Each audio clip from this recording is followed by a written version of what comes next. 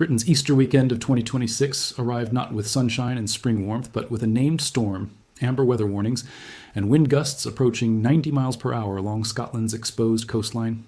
Storm Dave, the fourth named storm of the year from the Met Office and Met Ariane, swept in from the Atlantic on Saturday, April 4th, and battered northern Britain through the night and into Easter Sunday, bringing damaging winds, heavy snow in the Scottish Highlands, widespread travel disruption, and blizzard conditions to some of the UK's most remote communities. The timing made the disruption particularly pronounced. Easter Saturday is one of the busiest travel days of the entire British calendar. Millions of people use the bank holiday weekend to visit family, take short breaks, and make journeys they postponed during the working months. Rail stations were busy. Motorways were filling with holiday traffic, and ferry terminals connecting the Scottish Islands to the mainland were monitoring conditions as Storm Dave approached from the west. The storm did not care about the calendar. It arrived on schedule regardless. The Met Office named the storm several days ahead of Easter, issuing yellow warnings for wind covering the whole of Scotland, Northern Ireland, North Wales, and parts of northern England. As confidence in the storm's track increased, those warnings were upgraded. An amber warning for wind was issued covering northern England, southern Scotland, and northwest Wales from 7 p.m. Saturday, April 4th through 3 a.m. Easter Sunday, reflecting a level of risk that the Met Office reserves for weather capable of causing significant disruption and potential danger to life. Tom Crabtree, the Met Office's deputy chief forecaster, described the storm's development. Storm Dave will form and quickly get stronger on Saturday as it moves toward the UK from the west. He added that people should prepare their properties for the strong winds and keep updated with the latest weather forecasts, noting that warnings were likely to be updated as the storm approached. That advice proved accurate. Storm Dave delivered. The wind data from Storm Dave was striking and covered a range of intensities that reflected how strongly the storm affected different parts of the country.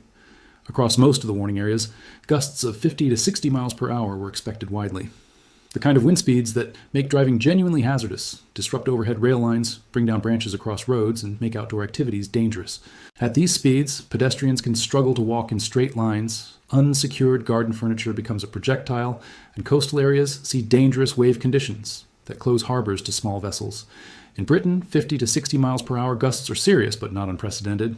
They represent a significant storm, the kind that makes the news, causes transport disruption, and prompts emergency services to increase readiness.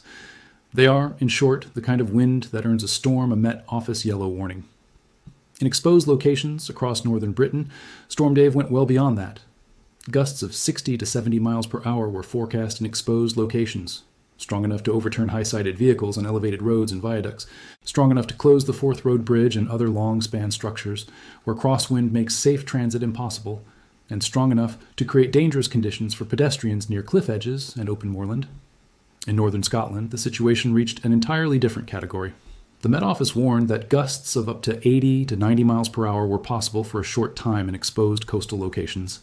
Scotland's most exposed headlands, the cliffs of Cape Wrath and Duncansby Head, the exposed promontories of the Orkney and Shetland Islands, the west-facing sea stacks of the Outer Hebrides, regularly receive the worst of Atlantic storms in a way that the sheltered urban areas of central Scotland and northern England rarely experience.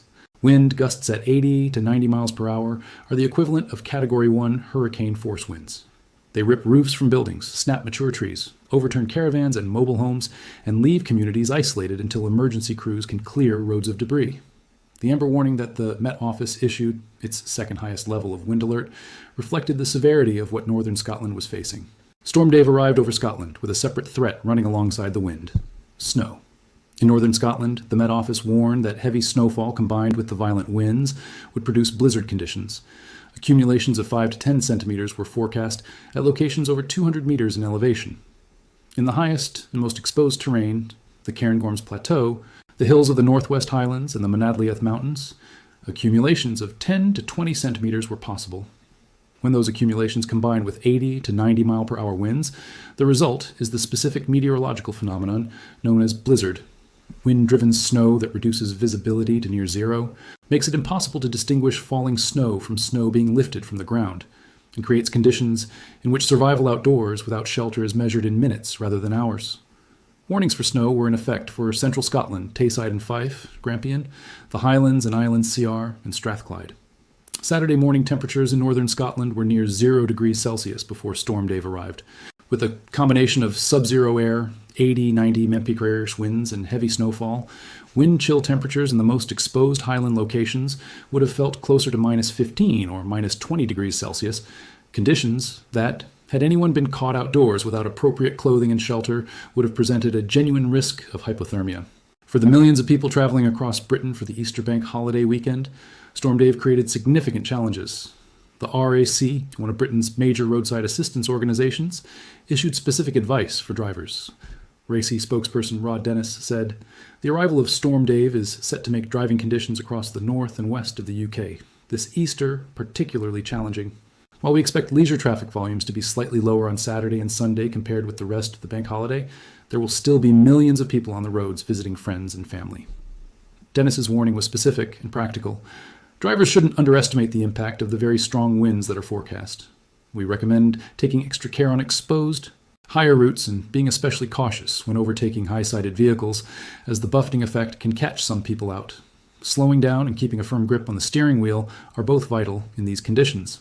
For Northern Ireland, the wind warning took effect from 2 p.m. on Saturday, hours earlier than the mainland warnings, reflecting the storm's westward track and the fact that Northern Ireland would feel Storm Dave's leading edge before it crossed over to Scotland and Northern England.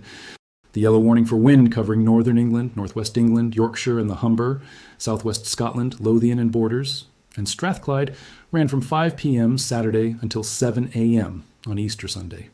The broader Scottish warning, covering the rest of Scotland, was in effect from 6 p.m. Saturday until noon on Easter Sunday, an 18-hour window during which Scotland's transport network operated under the direct influence of a named storm. Rail services across Scotland faced disruption as Network Rail and ScotRail managed the risk of high winds on the network.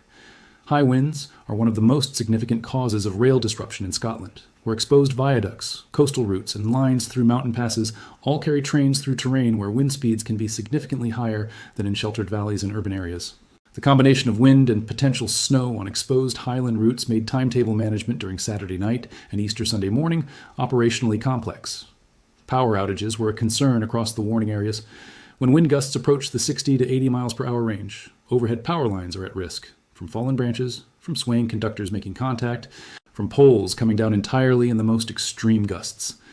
Electricity network operators in Scotland and Northern Ireland pre-positioned engineers and response teams ahead of Storm Dave's arrival, anticipating that some communities would lose power during the peak of the storm.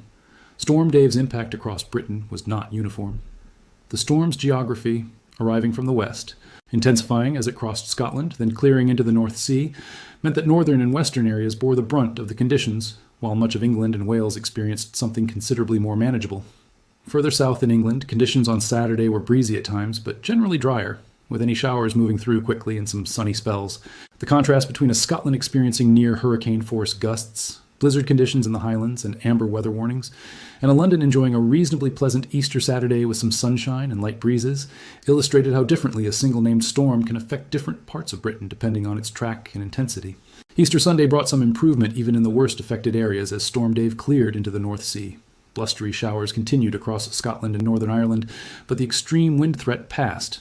The Met Office's forecast for Easter Sunday described conditions turning more settled behind the storm, with a ridge of high pressure in its wake. The RAC reported that Easter Monday would be the driest day of the weekend for most of Britain, with most areas seeing some sunny spells after a chilly night. The specific track of Storm Dave, moving rapidly eastward across northern Britain rather than stalling or looping back, meant the most severe conditions were relatively short-lived even in Scotland.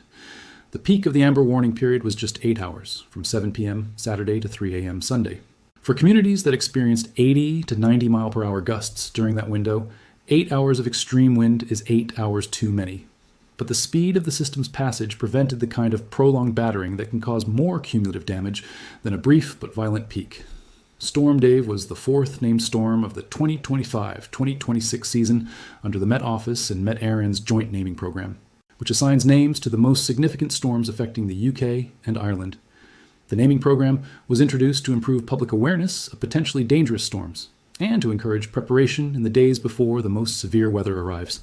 A storm is named when it is expected to cause amber or red weather warnings, the two highest levels of the Met Office's warning system in the UK or Ireland. The decision to name a storm is made when forecasters assess that it is likely to cause significant disruption, potential danger to life, and that naming will help communicate the risk clearly to the public, media, emergency services, and transport operators.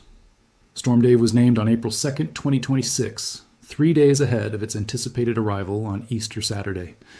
That advance notice gave the public, transport operators, emergency services, and local authorities time to prepare in a way that would not have been possible with the storm warning systems available a generation ago. Britain's exposure to Atlantic storms is a function of its geography. The British Isles sit at the far eastern end of the North Atlantic Ocean, directly in the path of the jet stream, the high-altitude band of fast-moving air that steers weather systems from west to east across the Atlantic toward Europe. When the jet stream dips southward and carries deep, low-pressure systems directly toward Britain and Ireland, the result is the named storms that have become a regular feature of British autumn and winter weather. Dave was unusual in arriving in April. The named storm season typically winds down in late winter, but not unprecedented. The Atlantic does not follow a strict calendar.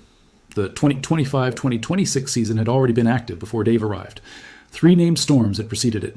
The naming program gives each storm a designation, or working alphabetically through a pre-agreed list of names, that allows the public and media to track a specific system as it develops, rather than referring to an anonymous area of low pressure that is difficult to communicate with any sense of urgency or continuity. When the Met Office says Storm Dave is coming, people understand it is the same system that was off the coast of Ireland yesterday and is now heading directly for Scotland tonight.